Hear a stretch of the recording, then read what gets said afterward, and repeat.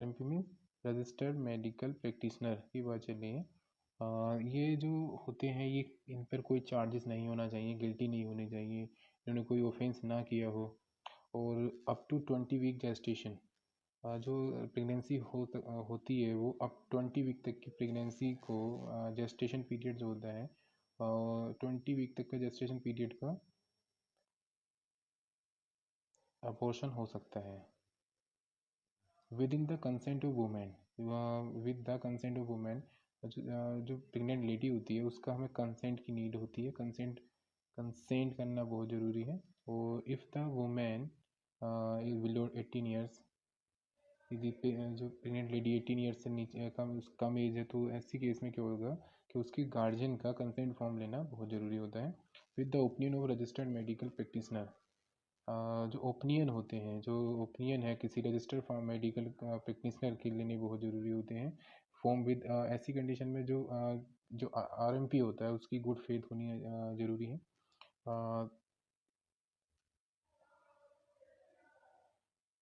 Opinion to RMP required for termination of pregnancy between 12 to 20 week.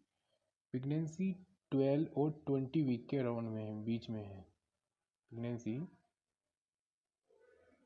10 से 12 से 20 week, 20 week के बीच में है। तो ऐसे केस में क्या होता है कि जो प्रेग्नेंट लेडी होती है उसे ओपिनियन की नीड होती है, किसी 2 रजिस्टर्ड मेडिकल प्रैक्टिशनर के ओपिनियन की नीड होती है।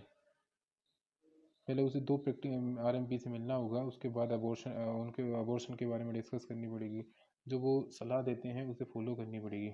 आगे चलते हैं। MTP act application. देखिए MTP एक्ट के अकॉर्डिंग कौन एप्लीकेशन दे सकता है, अबॉर्शन की एप्लीकेशन कौन दे सकता है, कौन एप्लीकेबल हो सकता है। देखते हैं कौन कौन प्रेग्नेंट लेडी एप्लीकेबल होती हैं अबॉर्शन के लिए।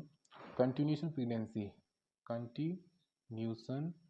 कंटिन्यूशन ऑफ प्रेगनेंसी, जिन्हें कंटिन्यूड प्रेगनेंसी होती है, तो ऐसी सिचुएशन में जो वुमेन हेल्थ होती है, वो उनकी जो लाइफ होती है तो एक ग्रेव इंजरी को शो करती है। तो ये ग्रेव जो इंजरी होती है उनकी फिज़िकल और मेंटल जो हेल्थ होती है उसे अफेक्ट करती है। तो ऐसी कंडीशन में pregnant lady is applicable for abortion, application दे सकती हैं वो अबॉर्शन के लिए। आगे है सब इंस्टीट्यूशन रिस्क ऑफ फिजिकल और mental abnormalities in the fetus as the underage serious handicap।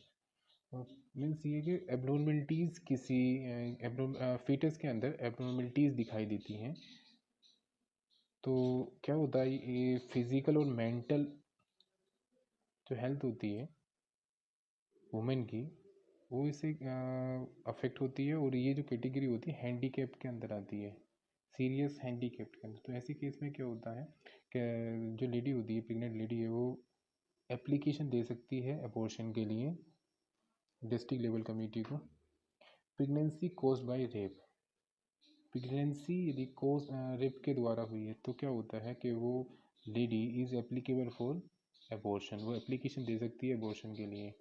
Contraceptive failure in married couple, कुछ कॉन्ट्रासेप्ट जो मैरिड कपल होते हैं,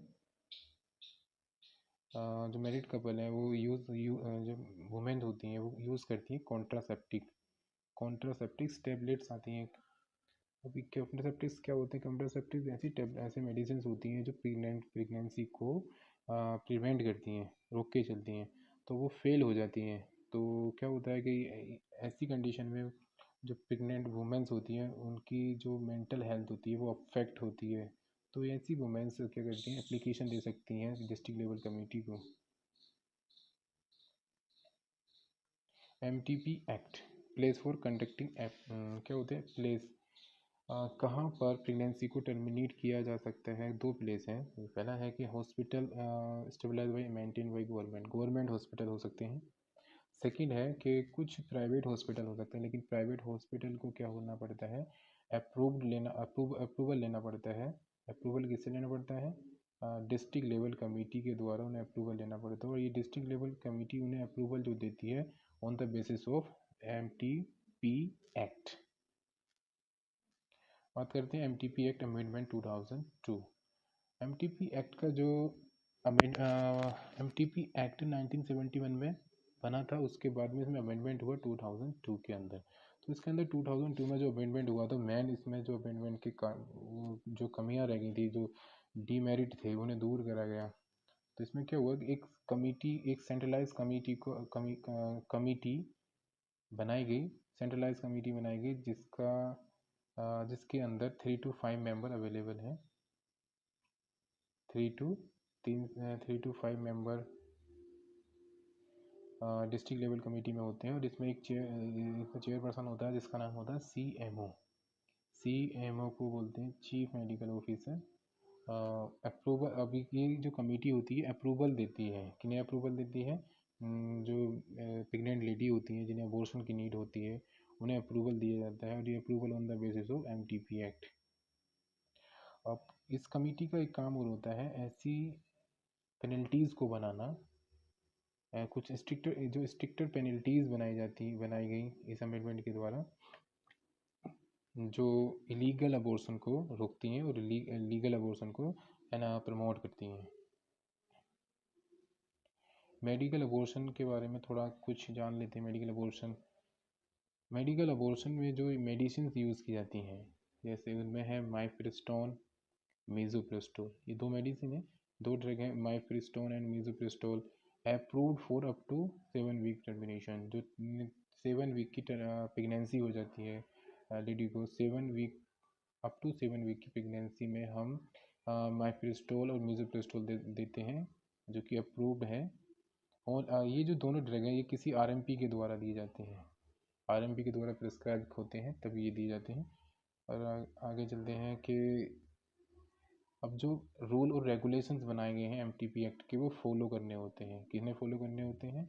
जो लेडी होती है, प्रेग्नेंट लेडी होती है, उसे फॉलो करने पड़ते हैं, और जो हॉस्पिटल होता है जहाँ पर अबॉर्शन किया जाता है, उन्हें फॉलो करने पड़ते हैं। और जो क्लिनिक होता है जहाँ पर अबॉर्शन होता है, उन्हें ही पूरा हक होता है प्रिस्क्राइब करने का मेडिसिन को। और उन्हें क्या होता है कि जो क्लिनिक है, उनके अंदर RMP होते हैं, जो रजिस्टर्ड मेडिकल प्रैक्टिशनर होते हैं, अपनी क्लिनिक में एक सर्टिफिकेट दिया जाता है उन्हें अबॉर्शन करने के लिए। एक सर्टिफिकेट होता है, उस सर्टिफिकेट को वो अपने क्लिनिक के अंदर डिस्प्ले करना होगा, अपने क्लिनिक के अंदर डिस्प्ले करना होता है।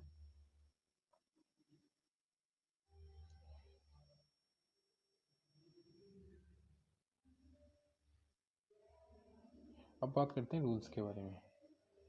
कुछ रूल्स हैं MTP rules. What do they cover? ये क्या कवर कर सकते हैं? देखिए, एक्सपीरियंस को कवर करते हैं। जो ऐसा होता है, जो RMP होते हैं, उन्हें कितना एक्सपीरियंस होना चाहिए। जिस RMP को कम एक्सपीरियंस होता है, वो प्राइमरी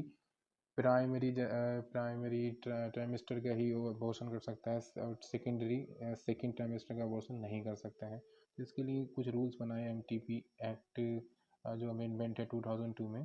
तो उन्होंने कहा कि जैसे प्राइमरी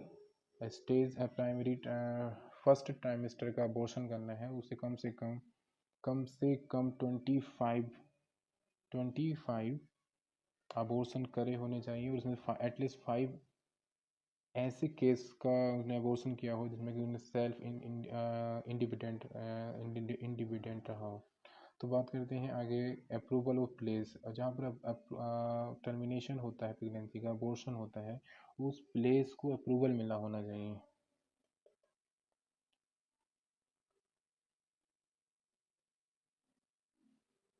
कंपोजिशन, एक टीम, एक डिस्ट्रिक्ट लेवल की जो कमेटी थी वो कंपोज की गई। उसका जो टेन्यूर होता है, एक टेन्यूर डिसाइड किया गया कि 2 साल तक ये डिस्ट्रिक्ट कमेटी रही, काम करेगी। उसके बाद दोबारा से इस कमेटी को कंपोज किया जाएगा। उसके बाद इस कमेटी का काम क्या था? इंस्पेक्शन करना, हॉस्पिटल के अंदर जाना, वहाँ पर इंस्पेक्ट करना कि जो इंस्ट्रूमेंट है वो स्टेलाइज हैं, वहाँ पर हाइजीनिक कंडीशन है या नहीं है, वहाँ पर इलीगल या लीगल अबॉर्शन होते हैं या नहीं होते। तो हॉस्पिटल का जो लाइसेंस होता है उसे कैंसिल भी कर सकती है ये कमेटी, डिस्ट्रिक्ट लेवल कमेटी। उसे सस्पेंड भी कर सकती है डिस्ट्रिक्ट लेवल कमेटी। उसे अप्रूवल भी दे सकती है कमेटी। इस कमेटी के ये क्या होते हैं, काम होते हैं।